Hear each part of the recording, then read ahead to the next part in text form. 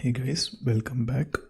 So, we will look at what Cloudy can do and what are the comparison of Cloudy with ChatGPT and some intro to the terms that might be useful for you to know for before we actually dive into more of Cloudy 2. So, coming to this, the first thing here is these are some criteria I have covered. The first thing you need to know is the token limit. So basically, token limits are 8192 for GPT-4 and it's roughly 100k for Cloudy 2. So the words are visible to you. One is 6k words, the another one is a 75k words. So if you have used ChatGPT, you know both the large language models have a cutoff date to which they are aware of the real world information. So beyond which what you ask, it might hallucinate. So basically, we can overcome this limitation using plugins in ChatGPT. There is specifically called Browse with Bing plugin. Whereas in Cloudy 2, we will look at how we can you can query connect Cloudy 2 to the real world application. One way of doing it is with Perplexity Pro. Is one way of doing it, and if you want to know more about it, you can just click on this, it will take you there. And next one is summarizing long content. So basically, if you give an article or if you give copy paste a word in the prompt and ask it to summarize, so this can summarize up to 6k words. Here it can summarize up to 75k words. And image recognition.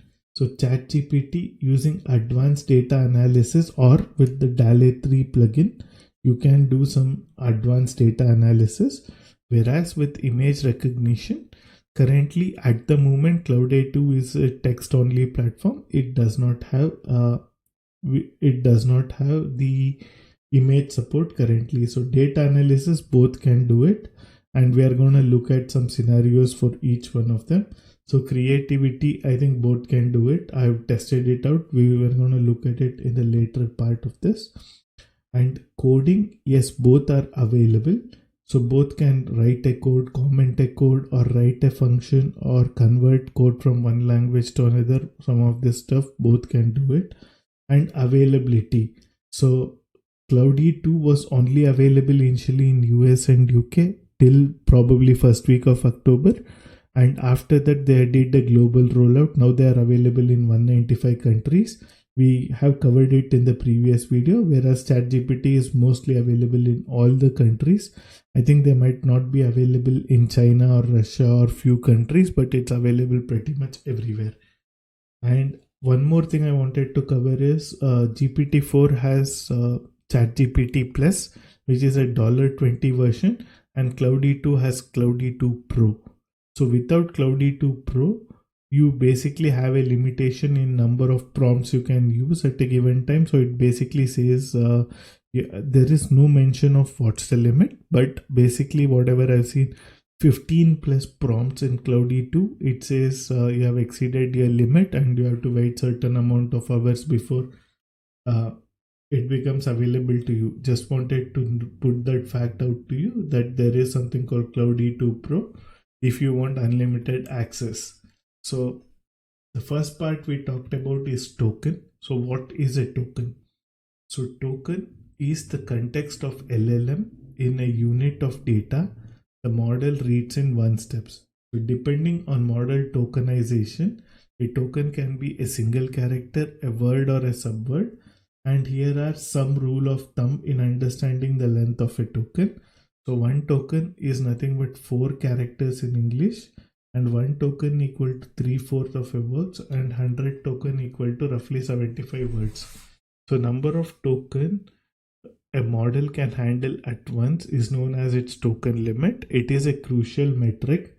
This limit impacts both the length of a model can consider and the amount of context it can use while generating responses. So GPT-3 has a token limit of 2k.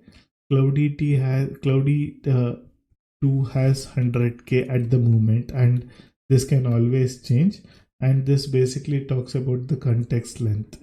So yeah, in terms of context length, yeah, Cloudy 2 has the larger window size, whereas the paid versions of GPT-4 or GPT-3 are a distant second and third, which roughly supports about, for GPT-4 it's 1/3 of Anthropic. For GPT-3 it's roughly 15% of Anthropic, and that's the data for Cohere and Google AI, who also have other LLMs, which you guys already know, so I'm not covering that. And why does token sign matter to you? So understanding token limit can help you optimize the usage of this model. So when you are having a model to generate text, if your input is too long, the model might not have enough tokens to provide a meaningful response. Conversely, a very short prompt might not give you the correct context to generate a model. Therefore, using the right prompt is key to getting the output. So that's one thing I want to make it clear, because that should not be surprising to you. So that's all I wanted to cover in this video. In the next video, let's look at Cloudy 2 scenarios and what features does it have. But I think this should make it clear in comparison with ChatGPT what Cloudy 2 can do, what it cannot, and what's the advantage, which is the context length, and why it matters. We have covered it, and what all it can do. So this is basically what we will look at along with use cases in the follow-up video. I hope this helps. Thank you for joining.